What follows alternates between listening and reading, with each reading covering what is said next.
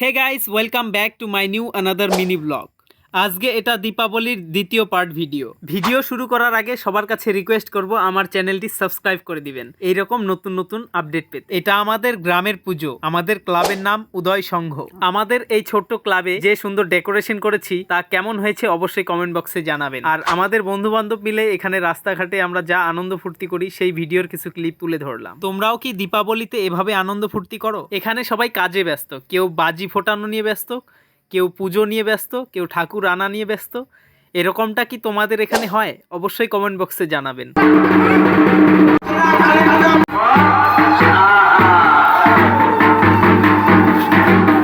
বন্ধুরা, ভিডিওটি আপলোড করতে কয়েকদিন দেরি হয়ে গেল, এর জন্য আমি ক্ষমা চাই।